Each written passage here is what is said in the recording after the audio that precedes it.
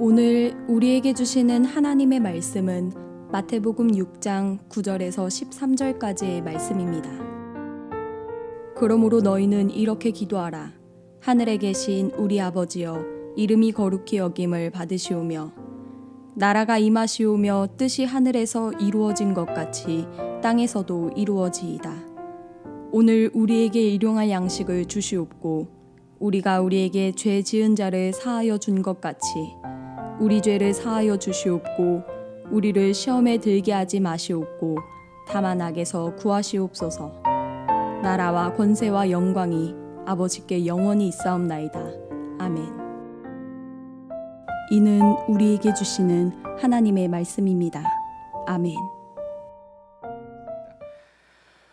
우리가 지난주까지 주님께서 가르쳐 주신 기도를 통해서 하나님의 나라를 위해서 우리가 어떻게 기도하고 또 어떤 삶을 이뤄가야 하는가, 이것에 대해서 배웠습니다. 다 기억하시죠? 네. 기억 못 하시는 것 같아서 그래서 오늘부터 다시 또 주님께서 가르쳐 주신 기도 1번부터 다시 할까 생각을 했다가 오늘부터 새로운 말씀 시리즈를 시작하려고 합니다. 바로 우리 지난 여름 수련회 때 우리의 주제였었죠. Face to face. 하나님과 대면하다라고 하는 이 주제를 가지고서 우리 하나님을 만난 삶에 대해서 함께 오늘부터 이제 나누려고 합니다.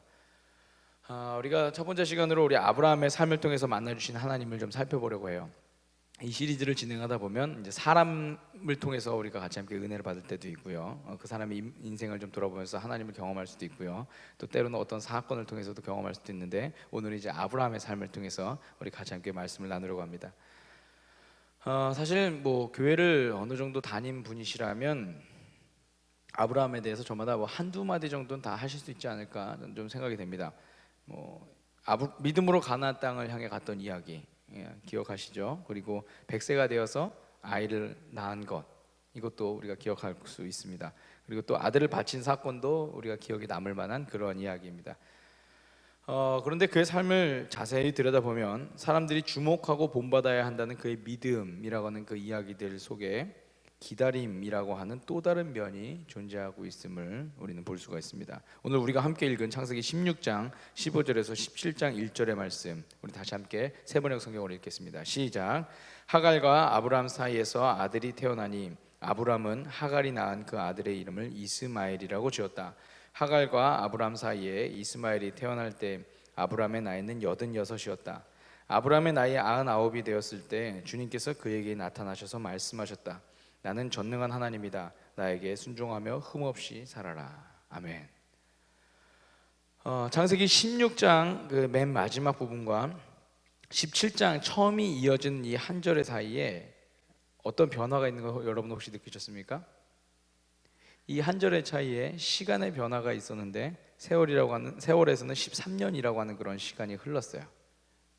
처음에 16장 마지막에서는 86세에서 아브라함의 인생이 끝나는데 17장 1절을 시작할 때는 아브라함이 99세 때 이렇게 나왔어요. 13년의 차이가 있는 거죠.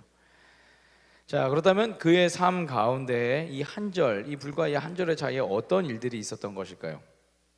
우리는 먼저 그가 하나님 앞에 부름받았던 12장 1절과 2절의 말씀을 기억해 볼 필요가 있습니다. 우리 함께 창세기 12장 1절과 2절의 말씀 앞에 화면 보면 읽겠습니다. 시작.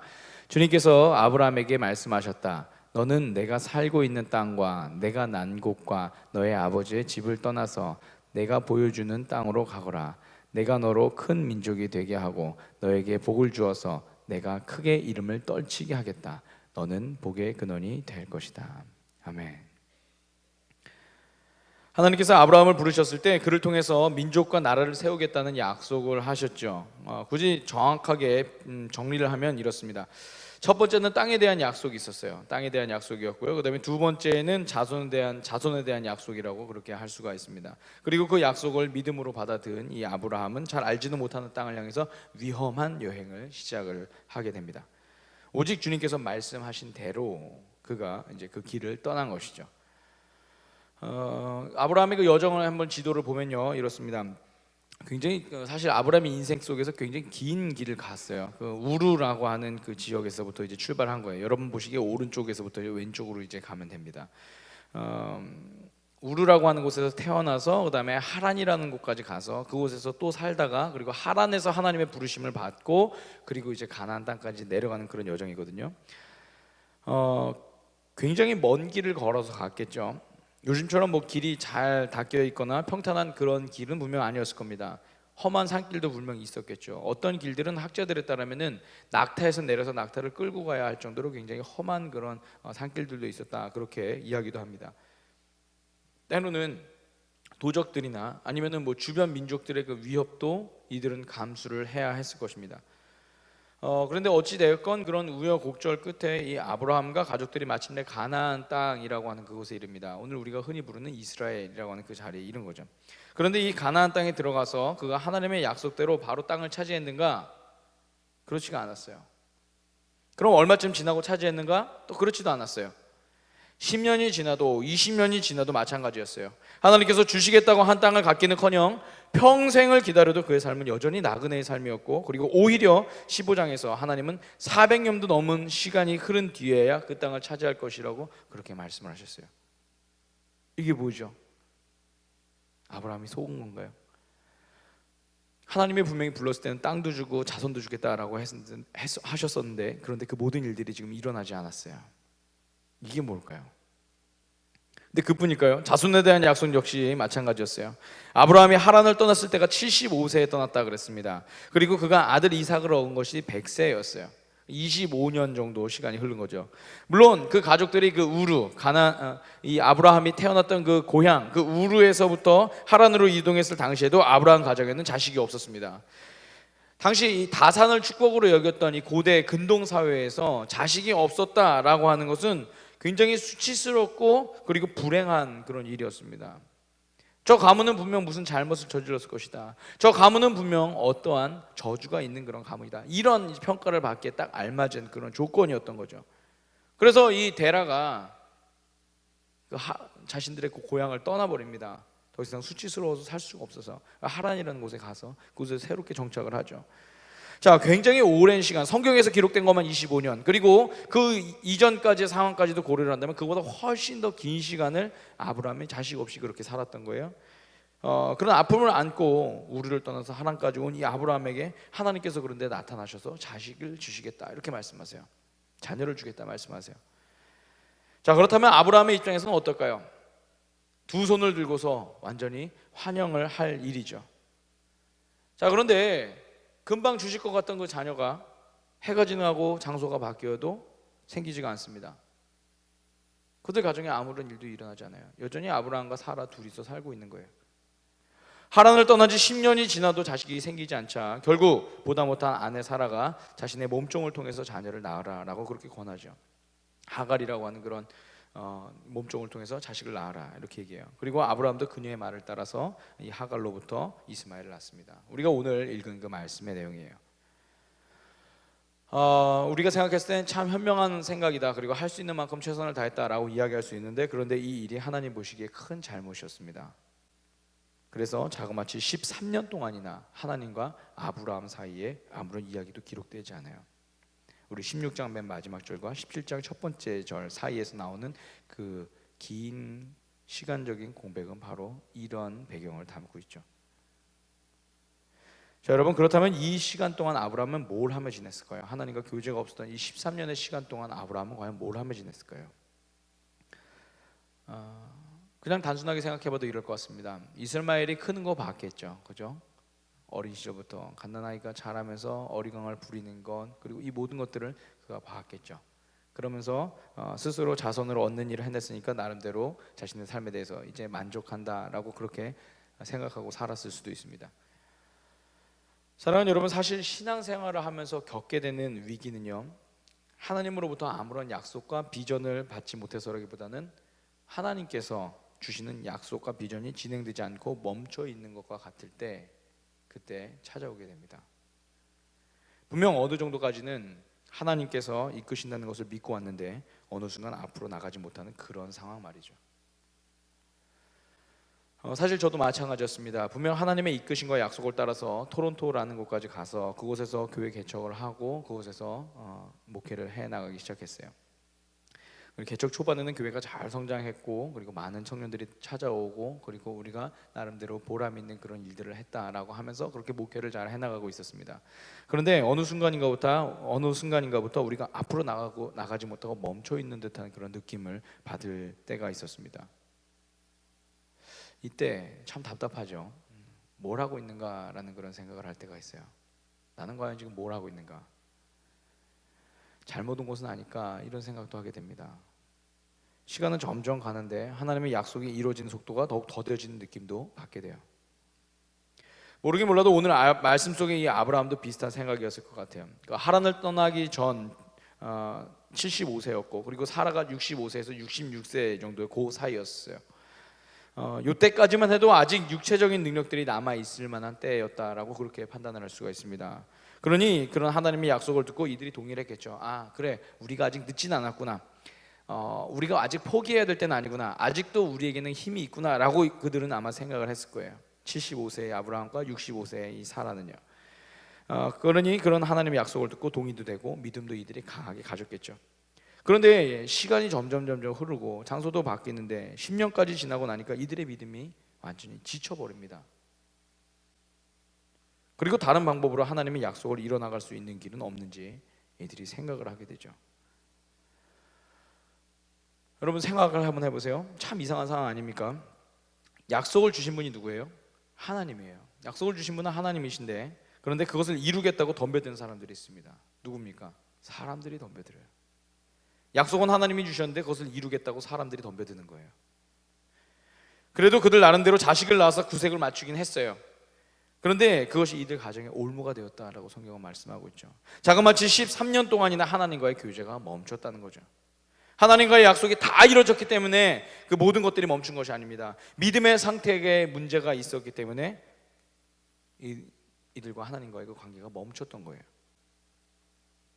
여러분 지금 이 상황이 지금 이해가 되십니까? 지금도 많은 그리스도인들은 약속에 대한 하나님의 침묵을 힘들어합니다. 하나님께서 마치 모든 것을 멈춰 놓으신 듯한 그 시간들에 들어가게 되면 쉽게 견뎌내지 못한다는 거죠. 왜 그럴까요? 우리는 다 준비되었는데 하나님께서 너무 느리게 오신다고 그렇게 생각하기 때문입니다. 나는 가고 있는데 하나님은 오시지 않는 것처럼 느껴지는 거죠. 그런데 이 모든 것들이 우리가 다 갖고 있는 오해예요.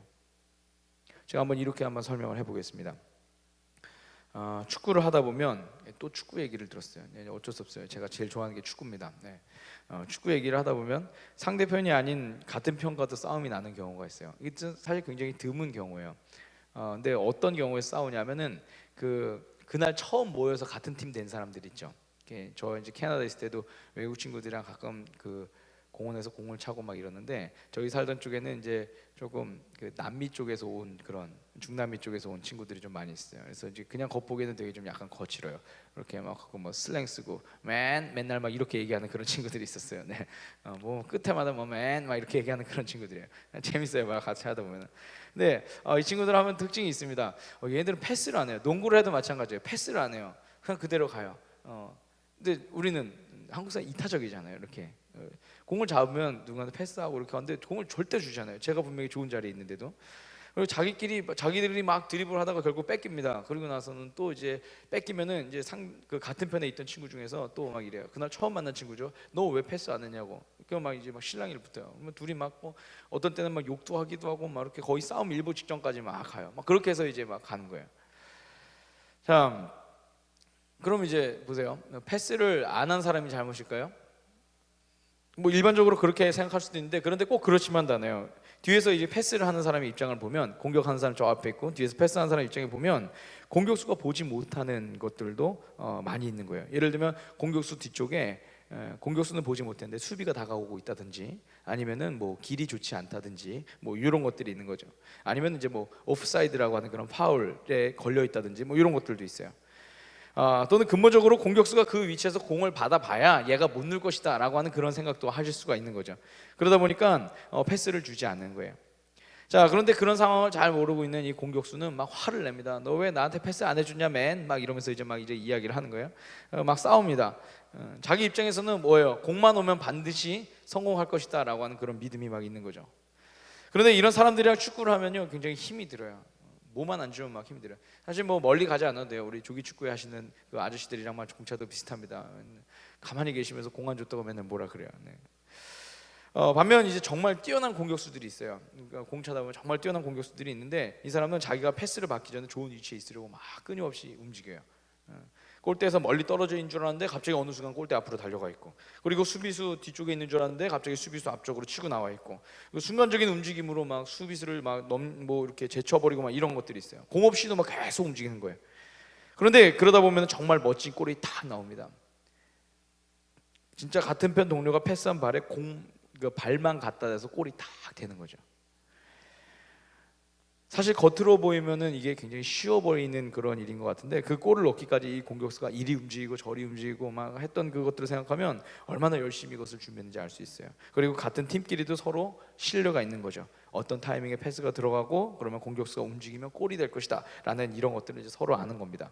그래서 패스를 준 사람은 믿음으로 공을 건네고, 공격수는 그 타이밍에 공을 받아서 발을 뻗고 막 이런 것들이 있어요. 조만간 축구 한번 해야 되는데. 네. 자, 사랑하는 여러분, 우리는 우리 인생에서 하나님께서 약속만 잘 지켜주시면 완벽하다라고 그렇게 생각할 때가 많이 있습니다. 나는 언제고 하나님의 약속을 내 삶 속에서 이룰 준비가 되어 있다, 그렇게 믿는 거죠. 그러니까 하나님께서 적절한 타이밍에 공만 넣어주시면 바로 골을 넣을 수 있을 것이다, 그렇게 믿고 있어요. 그런데 그것이 우리 뜻대로 되지 않을 때가 있죠. 그럴 때 우리가 어떻게 합니까? 하나님 앞에 화를 냅니다. 하나님 앞에 성질을 부리는 거예요. 나는 이미 준비 다 해놓고 기다리고 있는데 하나님은 왜 패스 안 해주시냐 이거죠.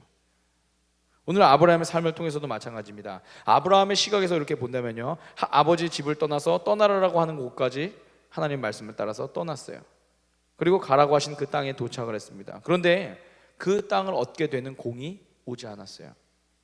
자식을 얻는 약속에 대해서도 마찬가지죠. 분명 이쯤 되면은 이제 하나님이 주셔야 되는데 나이는 자꾸 먹어가고 그러는데 왜 하나님 이쯤 됐는데 왜 안 주실까? 공이 오지 않았어요. 자신은 골 넣을 준비가 다 되었다고 생각했는데 하나님께서 패스를 넣어주시지 않은 거죠. 분명 계시는 것은 아는데, 나를 바라보고 계시는 것도 알고는 있는데, 아들을 주실 만한 능력이 있는 것도 알고는 있는데, 하나님은 공을 달라고 계속해서 손짓하는 자신에게 계속해서 공을 주지 않는 거예요. 그래서 이런저런 방법으로 이 아브라함의 머리를 씁니다. 그리고 나름의 공을 만들어서 그것을 찼어요. 그런데 그게 어떻게 됐습니까? 그만 자책골이 되었어요. 자책골이 된 거예요. 득점이 되지 않고 마이너스가 된 거죠. 오늘 이 13년의 기간이 우리 가운데 그것을 암시하고 있어요. 사랑하는 여러분, 우리는 수십 년에 걸친 아브라함의 인생을 단 몇 장을 통해서 보면서 그가 하나님께 했던 실수와 그리고 그것을 극복해낸 믿음에 대해서 이야기를 합니다. 오랜 기다림의 시간을 믿음으로 이겨냈다, 이렇게 말이죠. 물론 여러분, 그 말은 사실이에요. 전체적인 큰 맥락에서 본다면 아브라함의 그 이야기는 맞습니다. 그런데 아브라함은 날마다 자신이 가진 연약함을 하나님 앞에서 믿음을 키워가며 살았던 그 사실, 이 사실은 우리가 놓치지 말아야 되는 거죠. 그런데 시각을 좀 달리해서 하나님의 입장에서도 한번 이 아브라함의 그 모습을 좀 보았으면 좋겠습니다. 여러분, 하나님의 입장에서 이 아브라함의 삶을 다시 한번 재구성하면 어떨까요?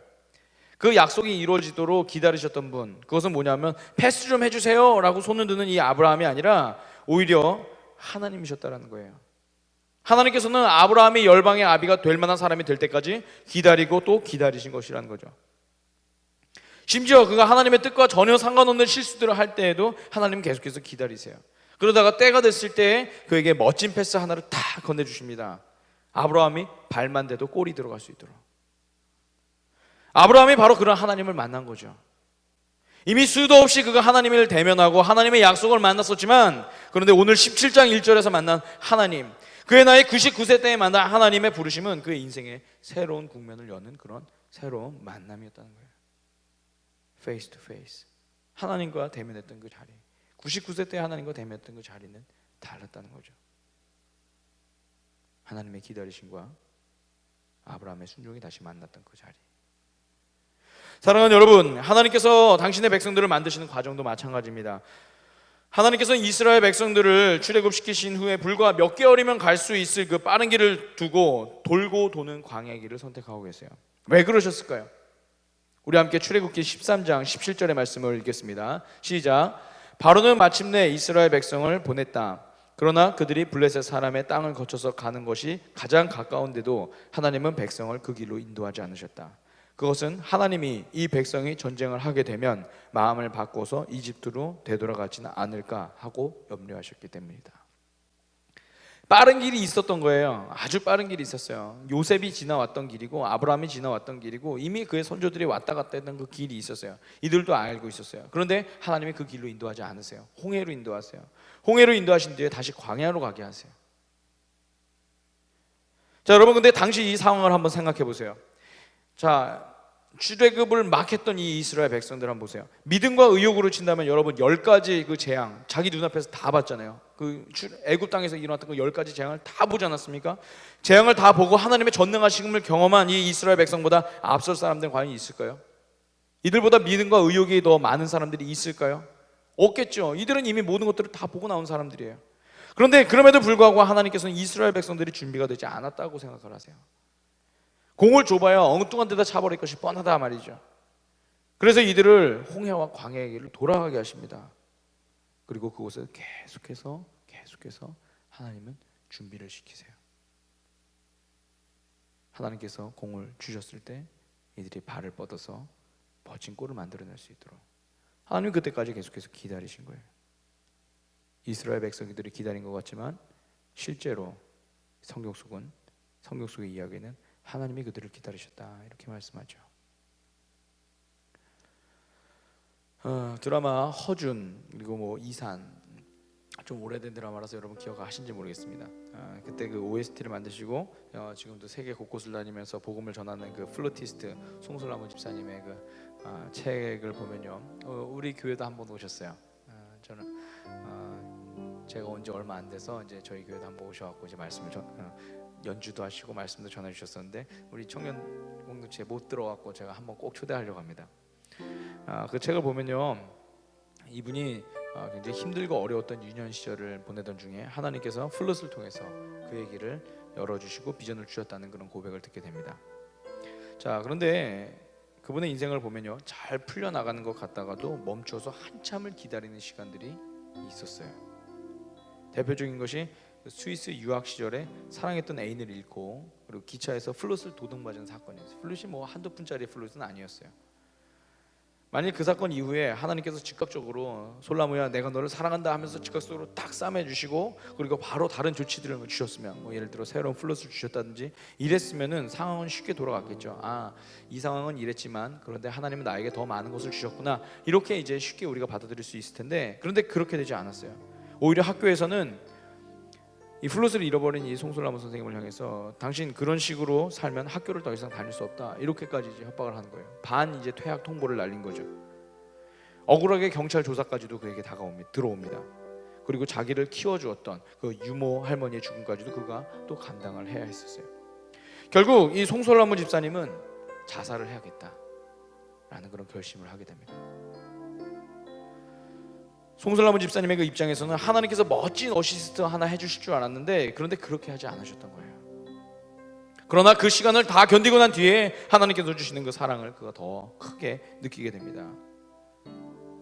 처음에는 내가 어려울 때는 하나님 우두커니 서 계시기만 하고 뒷짐지고 계시고 아무 일도 하지 않으시고 이런 분인 줄 알았는데 그런데 내가 가장 준비가 잘 되었을 때 내가 하루하루를 하나님을 의지하며 살아갈 때 그 모든 순간들 속에서 하나님은 함께하고 계시구나 알고 있는 거죠. 내가 얼마나 열심히 살고 있는지 모르는 것 같은 그 하나님이 사실은 나를 지켜보면서 놓치지 않고 계속해서 주목하고 계시다는 거예요. 계속해서 하나님 바라보고 계시다는 거죠. 그렇습니다. 오늘 우리는 하나님께서 우리를 기다리고 계시는 것에 대해서 믿음을 가지고 있어야 됩니다. 그래야 나의 마음이 조급해지지 않고 담대해질 수가 있어요. 그분이 보시는 말을 우리도 깨달을 수 있도록 기도해야 되죠. 우리가 지금 경험하고 있는 것만을 자꾸 하나님 앞에 이야기하는 것이 아니라 하나님께서 지금 우리를 어떻게 바라보고 계시는가 그것에 대해서 우리가 생각을 해봐야 돼요. 우리가 그 시선을 만나야 되는 거예요. 우리가 그 얼굴을 만나야 되는 거죠. 하나님, 오늘 이 순간 나를 바라보시는 하나님을 깨달을 수 있도록 인도해 주십시오. 우리가 그렇게 기도를 해나가야 돼요. 저는 오늘 우리 이 자리에 있는 우리 청년들 가운데서 또 이 자리에 있는 우리 사부 예배자들 가운데서 믿음 멈춰있는, 마치 멈춰있는 듯한 시간을 살아가고 있는 이들이 있는 줄 압니다. 나는 이래저래 많은 노력들을 해나가고 있는데, 나는 분주하게 이렇게 저렇게 뛰어다니고 있는데 내가 원하는 공이 오지 않고 있고요, 내가 원하는 일들이 일어나지 않고 있는 그런 상황. 그런데 여러분, 그 모든 상황들 하나님 지금 같이 기다리고 계시고 준비하고 계시고 여러분과 함께 만들게 되는 멋진 그 플레이 하나를 지금 하나님은 계획하고 계세요. 할렐루야, 할렐루야. 여러분, 믿음은요 고래고래 소리 지른다고 증명할 수 있는 건 아닙니다. 주님의 타이밍을 우리가 인정해야 되고요, 오늘 내게 주어진 삶에 대해서 감사하면서 하루하루를 주님, 제가 잘 모르지만 주님 계신 것 알고 주님과 함께 걸어가겠습니다.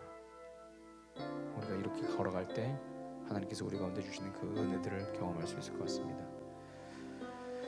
오늘은 우리 말씀을 정리하면서 우리가 이 찬양 같이 함께 나눴으면 좋겠습니다. 우리 주님의 시간에라고 하는 그런 찬양인데요, 제가 그 토론토에서 목회하면서 한참을 멈춰 있는 듯한 그 시간 속에 있을 때, 그때 아내와 이 찬양을 집안에 앉아서 부르면서 참 많은 은혜를 받았던 그런 찬양입니다. 주님의 뜻이 주님의 시간 가운데 이루어지기를 믿으며 우리 같이